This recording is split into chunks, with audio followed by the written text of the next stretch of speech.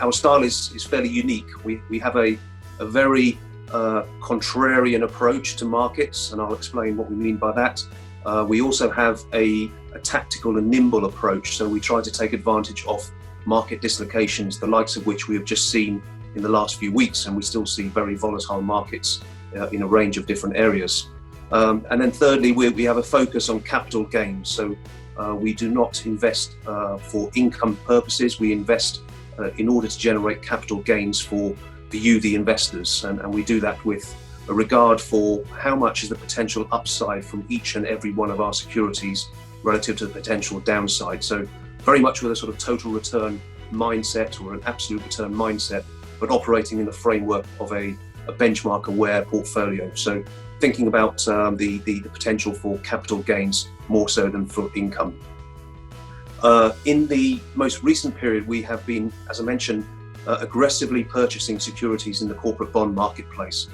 The valuations on offer in securities at the end of March, both in the primary market and secondary market, were very attractive to us, and we took advantage of this by buying securities in the consumer sector, TMT sector, healthcare, banks, basically taking advantage of the very strong valuations that we see both across 5-year corporate bonds, 10-year corporate bonds, and 30-year corporate bonds. Many of the companies were raising liquidity through their attractively priced new issues, as well as terming out some short-term debt. But because the markets were dislocated, we had the opportunity to buy these companies that we followed for a long time, but have not had the chance to buy because historically they've been fairly expensive in the marketplace, but at much more attractive levels than we've seen for quite some time. This is a strategy that we've used for many years in the emerging markets and the high yield market, but given the challenging liquidity that we see in the investment grade market, we now find that that's the best approach to use for investment grade corporate bonds as we go forward from here.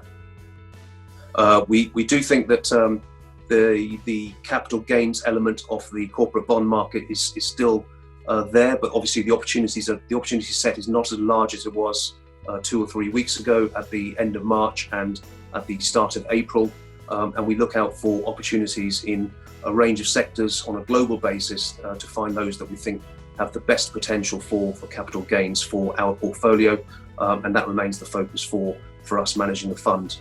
We are happy that we have outperformed the peer group by a considerable distance.